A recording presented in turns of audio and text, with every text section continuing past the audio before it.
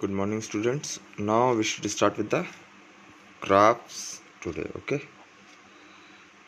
Now, सबसे पहले graph के बारे में मैं तो आप लोग को ये बता दूं कि स्लोप क्या होता है. For example, you almost have studied about graphs, how to plot a graph. ये ग्राफ है, ठीक है. कुछ क्वांटिटी वाई एक्सिस पे होती है, कुछ क्वांटिटी एक्स एक्सिस पे होती है. How do we calculate the slope of a graph? तो स्लोप किसी भी ग्राफ का कैलकुलेट कैसे होता है? It is basically the value quantity on the y-axis upon quantity on the x-axis. This is the method of calculating the slope of a graph. ठीक है, इसको प्लीज़ याद रखिएगा बिकॉज अभी आगे हर जगह यूज़ होने वाला है. Is it clear? Slope of a graph.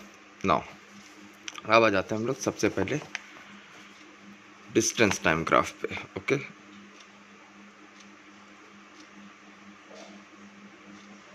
Distance time graph. अब डिस्टेंस टाइम ग्राफ इससे क्या रिप्रेजेंट होता है? और दूसरी चीज़, व्हाट डज इट गिव? इससे नोट कर लो इसका स्लोप क्या देता है.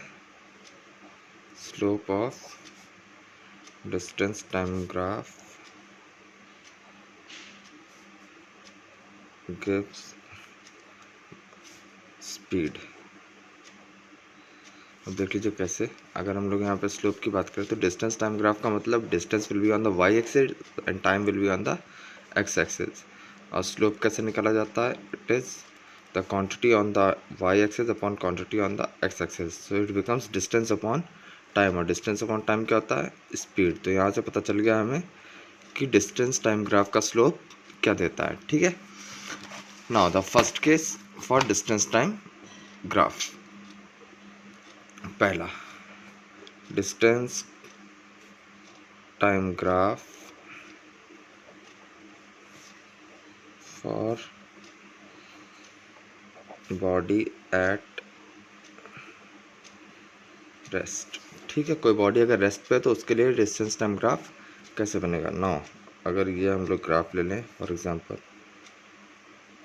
This is our graph. अब दिस इज़ द ओरिजिन, ये टाइम है तो लेट इट बी 1 2 3 4. ऐसा काफ़ी, इतना काफ़ी है. यहाँ पर क्या है? Time in seconds. और यहाँ पर क्या ले लेते हैं? Distance in metres. ओके. और यहाँ पे क्या ले लें? For example 5 10 15 20. ओके. अब यहाँ से देखिए, for a body at rest. So जैसा कि आप लोग को याद होगा, रेस्ट का मतलब the body is not moving and not moving with reference to a fixed point. Distance travel करने का मतलब है कि body will be in motion. और अगर बॉडी रेस्ट पे है तो that means it is not moving, अपना पोजीशन चेंज नहीं कर रही है. एंड पोजीशन मैंने बोला था कोई भी फिक्स रेफरेंस पॉइंट हो सकता है. तो फॉर एग्जांपल अगर कोई बॉडी मान लीजिए कहीं पे मार्किंग है जैसे, तो this is the 10 meter mark. Rest का मतलब this will be the graph. Now see at any point, see 0 seconds पे बॉडी कहाँ थी? 10 मीटर्स के मार्क पे. 1 सेकेंड बाद कहाँ है? अभी भी 10 मीटर्स पे. 2 सेकेंड बाद कहाँ है? अभी भी 10 मीटर्स पे. 3 सेकेंड बाद भी 10 meters, and after 4 seconds also it is at the same place. So since the body is not changing its position, that means the body is at rest. So this is the distance time graph for a body at rest. Okay, fine. Now second one is distance time graph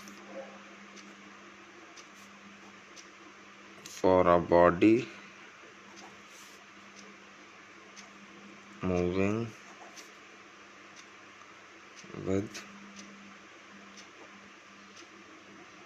uniform speed. Okay. Now अगर हम लोग क्या कर लें, एक graph बनाएं. This is the okay. अब यहाँ पर हमें क्या लेना है? वाई एक्सिस पे लेना है डिस्टेंस इन मीटर्स. मार्किंग कर लेते हैं. Let it be 5 10 15 20, 25। और यहाँ पर एक्स एक्सेस पे क्या कर लेते हैं, 1, 2, 3, 4, 5। तो ये क्या हो जाएगा,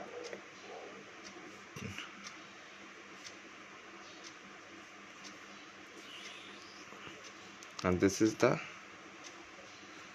body moving with uniform velocity. Now see, जब भी ये स्ट्रेट लाइन ग्राफ बने, ऐसा कहीं पे भी, ये मैंने स्ट्रेट लाइन बनाने के लिए पॉइंट्स बनाए थे, जनरली हम लोग पहले बना देते हैं, उसके बाद whenever the line formed over here is straight, आप ध्यान से देखिए how it is uniform. Now see, after 1 second how much distance does it travel, 5 meters. After 2 seconds how much, 10. That means 1 second और लगाए और 5 मीटर और travel किए. फिर 3 सेकेंड बाद देखिए it is 15 meters. That means 1 second और 5 meter और बढ़ गया. हर 1 सेकेंड में it is travelling 5 meters. That means the body is moving with a uniform speed. और स्लोप तो मैंने ऑलरेडी बताया कि how do we calculate the slope, Y axis upon X axis. तो वाई एक्सिस पे क्या है यहाँ पर, it is distance, and on the X axis it is time. So from here we can see that the velocity of the body is uniform, it is not changing. The body is moving with a velocity of 5 meters per second. You can see every 1 second it travels 5 meters. So that means the velocity, the speed of the body will be how much, it will be 5 meter per second. That means the body is moving with a uniform speed. Clear? अब आ जाते हैं हम लोग third graph पे. So what is the third graph now? Distance time graph for body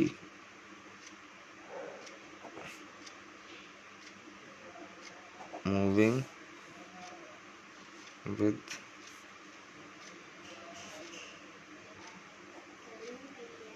non-uniform speed. ठीक है, अब body non uniform speed से मूव करेगी. Now see, this is the distance again in meters. Here we'll take the time in seconds. 5 meter, 10 meter, 15 meter, 20 meter, 25 meters. Okay, and then we'll mark the time. It is 1 second, 2 second, 3 seconds, 4 seconds, and then maybe 5 seconds. Now see, non-uniform speed means, that means the speed will be changing continuously. So it can be something like this. Any curve, that means it should not be a straight line. अब अगर इसके हिसाब से देखें, so after 1 second the distance, you can see the distance, it is less than 5, something 3 or 2 or 3 something. After 2 seconds it has traveled 5 meters. After 3 seconds it has traveled 10 meters. After 4 seconds it has traveled 15 meters, rather more than 15 meters. And after 5 seconds it has traveled near about how much, 25. Okay, so at after every time interval, after each second, the distance traveled by the body is changing. That means the body is not moving with the uniform speed. जैसे कि मैंने non uniform speed में बताया था, the distance travelled by a body is unequal in equal intervals of time. Unequal distances equal intervals of time में travel होगा. So the body will be set to be moving with non uniform speed. Clear? So these are the graphs of distance time graph. ठीक है, now let us come to the displacement time graph. Okay, now displacement time graph.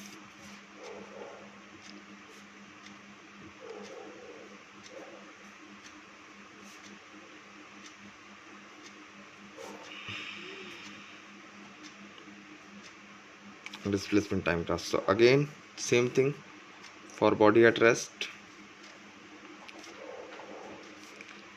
So here the graph will almost be same.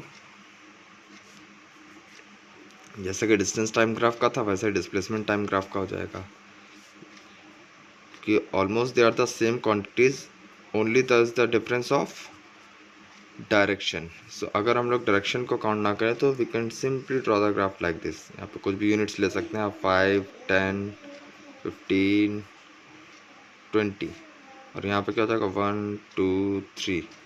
See, the distance is same everywhere at after every time interval. That means the body is not moving. Now the second one, for body moving with uniform velocity.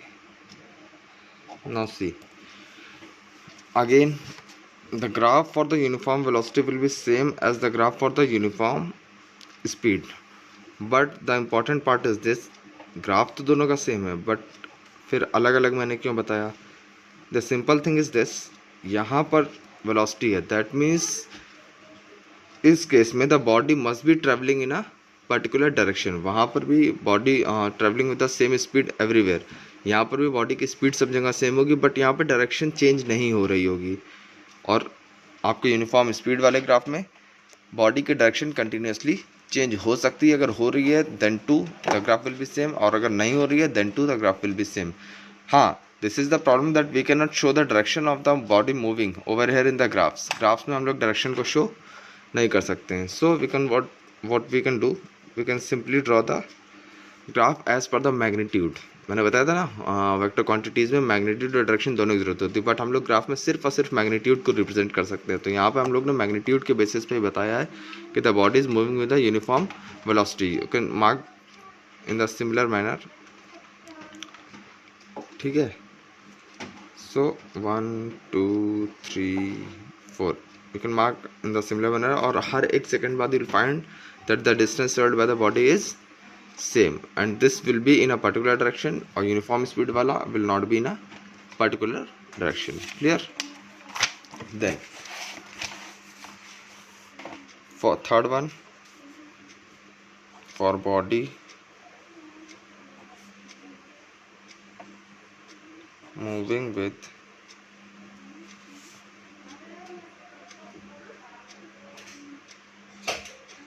non-uniform velocity. Okay.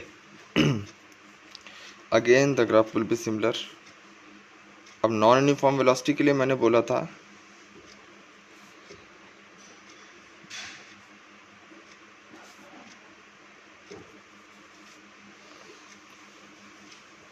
If you all remember yesterday I told you कि अगर body का magnitude change हो, speed का magnitude change हो या उसकी direction, दोनों case में the body becomes the velocity becomes non uniform. तो यहाँ पर भी ग्राफ तो वैसा ही बनेगा, लेकिन you can understand one more thing. अगर इसमें मैग्नीट्यूड नहीं चेंज हो रहा हो, सिर्फ वेलोसिटी चेंज हो, वो सिर्फ डायरेक्शन चेंज हो रही, then too the body will be moving with the non uniform velocity. और फिर से मैं बता दूँ, direction is not represented over here. यहाँ पर डायरेक्शन पता नहीं चल रही है, यहाँ पर सिर्फ और सिर्फ मैग्नीट्यूड पता चल रहा है. So on the basis of magnitude we are drawing these graphs. Clear? Now let us come to velocity time graphs. Velocity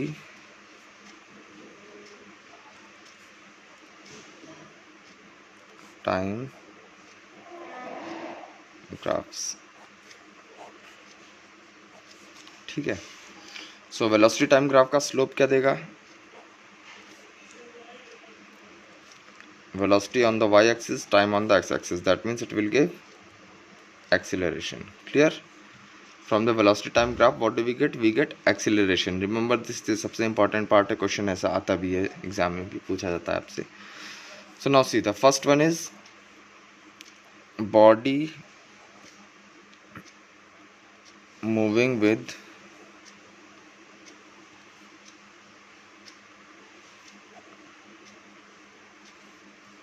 uniform velocity. Is it clear? अगर आपसे पूछा जाए body moving with a uniform velocity, अब uniform velocity से body कैसे move करेगी? सी, पहली चीज तो you should remember this is a velocity time graph. अगर यूनिफॉर्म वेलोसिटी से मूव कर रही है, यूनिफॉर्म वेलोसिटी से मूव करने का मतलब the speed of the body is not changing, speed constant है. तो ये 5 10 15 20 ले लेते हैं, और इसका ले लेते हैं 1 2 3 4।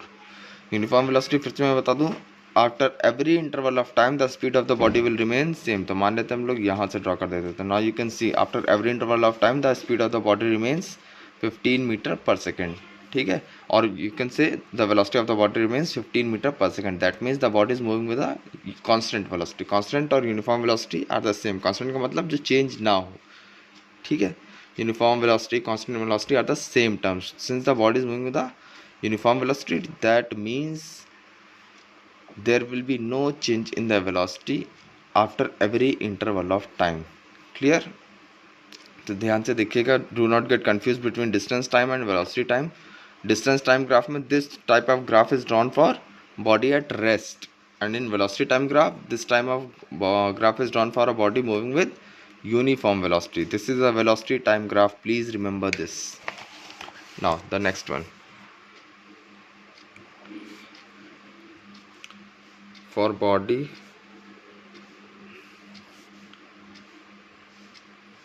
moving with uniform acceleration. अब अभी थोड़ी देर पहले मैंने बताया आपको कि वेलोसिटी टाइम ग्राफ का स्लोप क्या देता है हमें, इट गिव्स द एक्सीलरेशन। तो simple, it is very simple कि अगर वो बॉडी यूनिफॉर्म मोशन में नहीं होगी, और मैंने बताया था अगर बॉडी यूनिफॉर्म वेलोसिटी से मूव कर रहा है, that means if there is no change in the velocity then the acceleration will be 0। So in the last graph what will be the acceleration of the body. अगर वहाँ से हम लोग acceleration निकालने की कोशिश करेंगे then the acceleration of the body will be 0। But अगर बॉडी यूनिफॉर्म वेलोसिटी से मूव नहीं कर रही, that means there will be some acceleration. और अभी बताया ही है कि slope of a velocity time graph gives acceleration. Okay, time is in seconds. Now uniform word कहीं पे भी आए that means the graph will be a straight line. जैसा कि मैंने डिस्टेंस टाइम, डिस्प्लेसमेंट टाइम सभी में बताया था ना, in the same form at in every interval of time the change in the velocity will be same। so this is the graph for a uniform acceleration, is it clear? A straight line। okay, now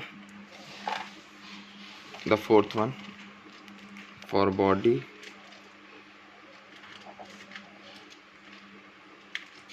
moving with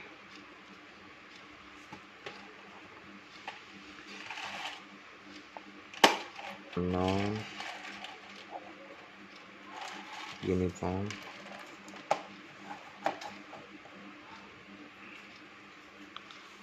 acceleration। okay, now what is this body moving with non uniform acceleration? अगर इसकी बात करें, so non uniform acceleration again the same graph. यहाँ पर velocity हो जाएगी, यहाँ पर टाइम हो जाएगा। मैं मार्क नहीं करूँगा, अब डायरेक्टली मैं बता दे रहा हूँ ग्राफ कैसा बनेगा, ठीक है। It will be something like this, कुछ भी कर्व बना दीजिए टेढ़ा मेढ़ा, that will be a non uniform velocity. That means change in the velocity will not be same after every interval of time। got it? so this is the graph for a non-uniform velocity, non-uniform acceleration, ठीक है। when the speed of the body is increasing unequally in equal intervals of time। clear? and see one more thing in this case, because the next graph is having a different thing। यहाँ पर जब body start कर रही, it is always starting from zero, that means the initial velocity of the body was zero. Here also you can see the initial velocity of the body is zero. Clear? Now the next one is it was fourth graph, velocity, sorry, body moving with uniform acceleration when the initial velocity is not zero. ठीक है, इसीलिए मैंने अभी आप लोगों को बताया कि वहाँ पर क्या था, बॉडी ज़ीरो से स्टार्ट कर, initial velocity was zero. Okay, and over here now see it will be the velocity over here, it will B time over here. ये ज़ीरो मार्क है, अगर बॉडी ज़ीरो से ना स्टार्ट करके यहाँ से स्टार्ट करे, फॉर एग्जांपल ऐसा ग्राफ बनाए, तो यहाँ पर देखिए the graph is a straight line, okay, but the body is not starting from zero. That means the initial velocity will not be zero. So this is the graph for uniform acceleration when the initial velocity is not zero. That means the body is not starting with zero. Is it clear? This is a uniform acceleration graph. Similarly, if you draw a non-uniform acceleration graph, body moving with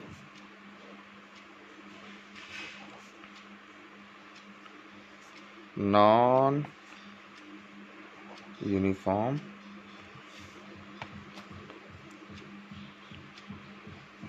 acceleration when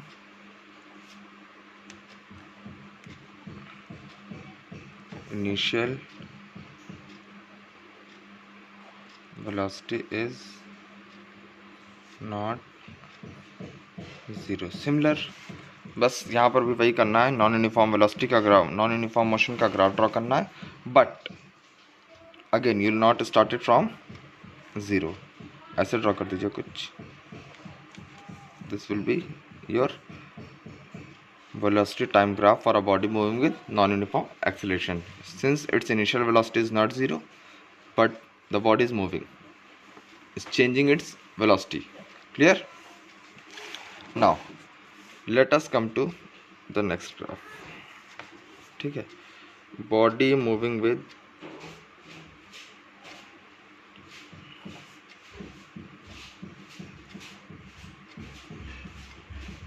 uniform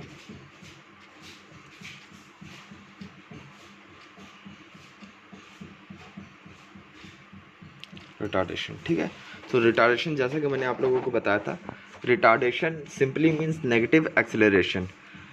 अगर acceleration हो रहा है, simply basic thing that we talk about acceleration is that जब किसी body की velocity बढ़ती चली जाए after every interval of time, then the body is said to be in accelerated motion.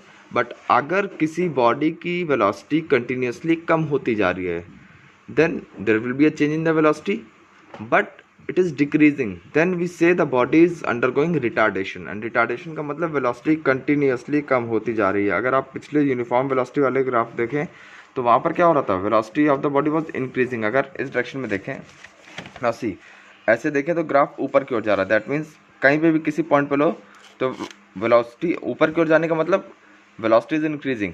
Clear? But यहाँ पर क्या होता है, नॉन यूनिफॉर्म रिटार्डेशन का मतलब ये, this is uniform retardation. That means यहाँ वेलोसिटी है और ये टाइम है. अगर यहाँ पर देखें तो ग्राफ ऊपर से नीचे की ओर आ रहा है. That means the velocity will be decrease. देखो ऊपर से नीचे की ओर आने में वेलोसिटी डिक्रीज होती जाएगी. ठीक है, ऐसे मान लेते हैं 5 है, 10 है, 15 है. तो यहाँ से आप देखिए वेलोसिटी कंटिन्यूसली कम होती जा रही. Clear? So this is what, this is uniform retardation. Uniform straight line बन रही, that means it will be a uniform retardation. Clearly? Similarly अगर हम लोग ड्रॉ करें बॉडी मूविंग विद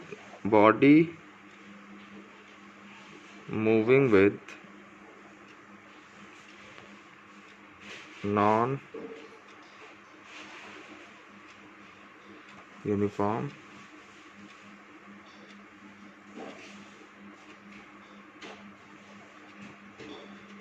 रिटार्डेशन. अगर नॉन यूनिफॉर्म रिटार्डेशन लेके चलेंगे so again similar kind of graph.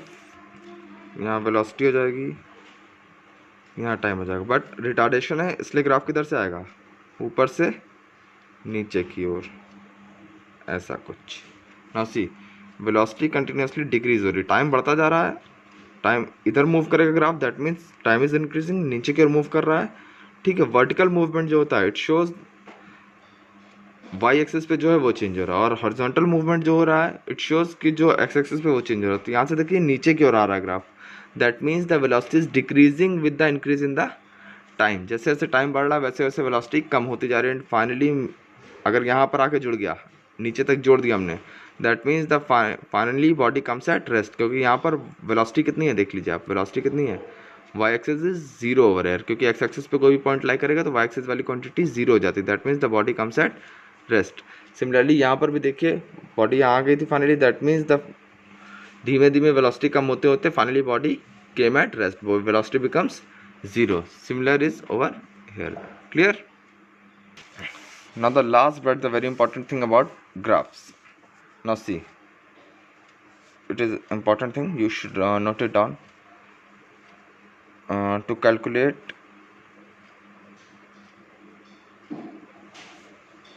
the distance traveled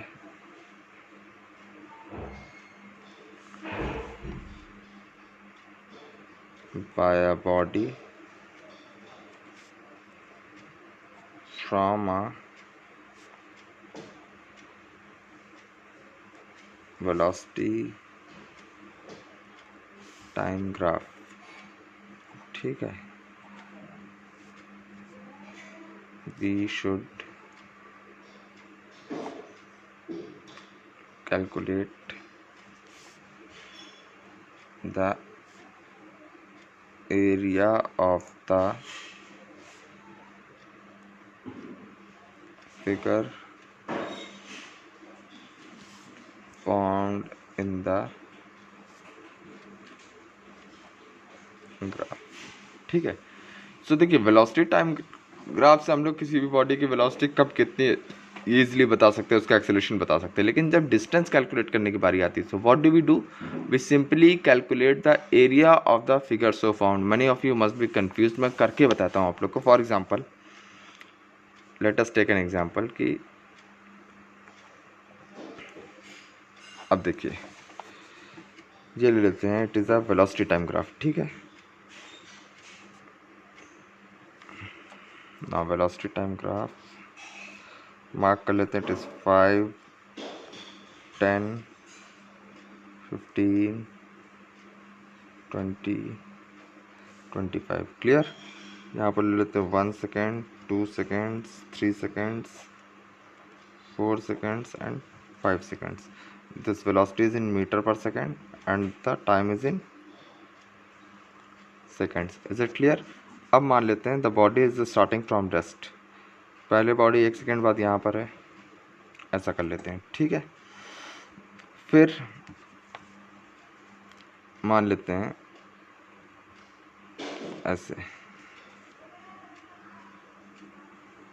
ऐसा मूव किया। तो अब पहली बात तो इस ग्राफ को समझना है, उसके बाद हम लोग एरिया कैलकुलेट करते हैं, ठीक है। Rather will calculate the distance. अब ये कुछ पॉइंट्स हो गया। फॉर एग्जांपल इसको मान लेते हैं A, this is B, this is C, this is D, okay.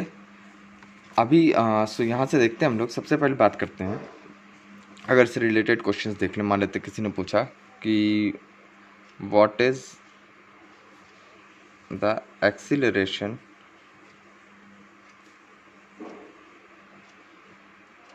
Between A B, ठीक है। Similarly what is the acceleration between B C. Third question same, what is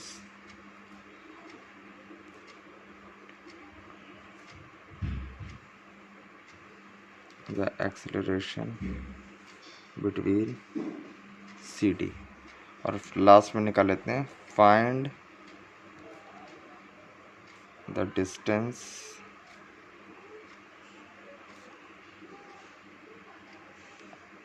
travelled, okay.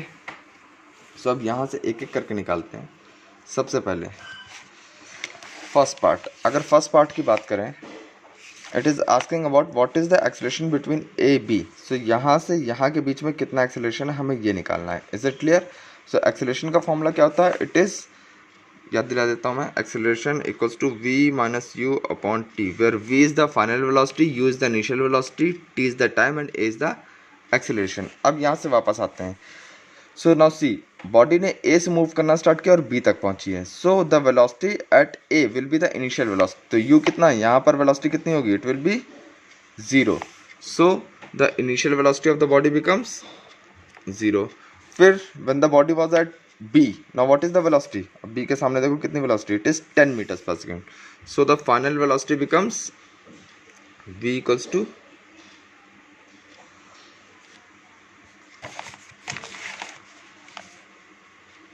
10 10 metre per second, ठीक है।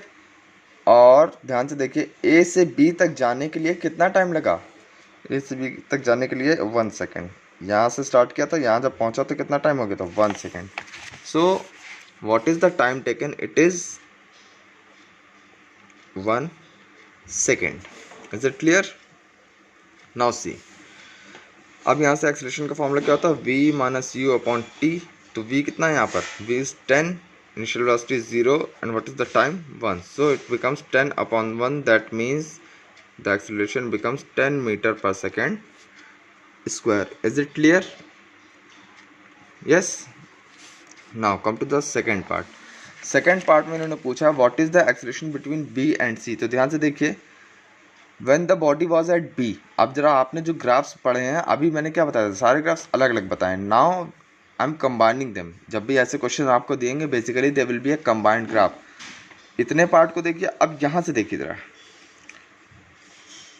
यहाँ पर जब body थी, what was the velocity? It was 10 metre per second. और ध्यान से देखो, कंटिन्यूसली 10 मीटर पर सेकेंड ही है, velocity is not changing. And whenever the velocity is not changing, that means it is a uniform velocity. और uniform velocity के case में acceleration कितना था?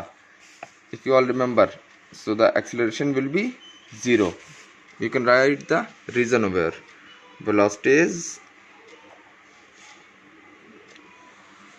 uniform. Clear? So यहाँ पे कैलकुलेट करने की जरूरत ही नहीं, वेलोसिटी चेंज नहीं हो रही, that means the acceleration will be 0. ठीक है। Now let us come to the third part. तो थर्ड पार्ट क्या है? सी और डी के बीच का एक्सेलरेशन। अगर सी और डी के बीच का एक्सेलरेशन देखें तो C पे when the body is at C, what is the velocity of the body? It is 10 meter per second. That means initial velocity becomes 10 meter per second. फिर देखिए, when the body is at D, what is the velocity? Finally बिल्कुल नीचे तक जाके जुड़ गई, that means the body comes at rest. तो rest पे आ जाती है, तो बॉडी फाइनल वेलोसिटी कितनी हो गई है? 0. अब यहाँ से देख लेते हैं टाइम कितना लगा है। इट इज़ 4 सेकेंड्स पे थी जब सी पे थी, और 5 सेकेंड्स पे डी पे। तो that means 1 second will be taken. Again now if we find the acceleration, it will be v minus u. तो v is 0, u is 10, time is 1, so it becomes minus 10 upon 1, that means minus 10 metre per second square. So the acceleration is minus 10 metre per second square, negative acceleration, क्योंकि यहाँ पर speed कम हो रही है। 10 meters per second थी, उसके बाद 0 की तरफ गई। सो रिमेंबर, मैंने रिटार्डेशन में क्या बोला था? Retardation is simply negative acceleration. उस एक्सेलरेशन का माइनस साइन हटा दीजिए, ठीक है, या ऐसे समझ लीजिए माइनस से मल्टीप्लाई कर दीजिए, so it becomes retardation. So what will be the retardation over here? It will be 10 metre per second square. अब now let us come to the last part.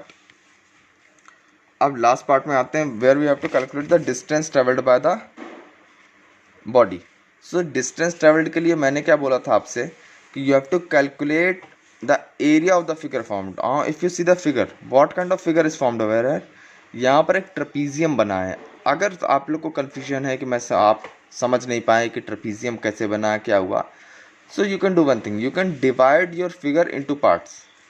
मैं ट्रपीजियम वाले मेथड से ही करके बताऊंगा, लेकिन फिर भी मैं आपको एक आइडिया दे देता हूँ। फॉर एग्जांपल, जैसे यहाँ देखिए, एक ट्राइंगल आ गया, यहाँ से यहाँ देखें, सो एक रेक्टेंगल आ गया, और फिर एक ट्राइंगल आ गया। तो आप ये भी कर सकते हो, आप इस ट्राइंगल का एरिया निकालो, इस रेक्टेंगल का एरिया निकालो, और इस ट्राइंगल का एरिया निकालो, और सबको ऐड कर दो, you will get the total distance over here.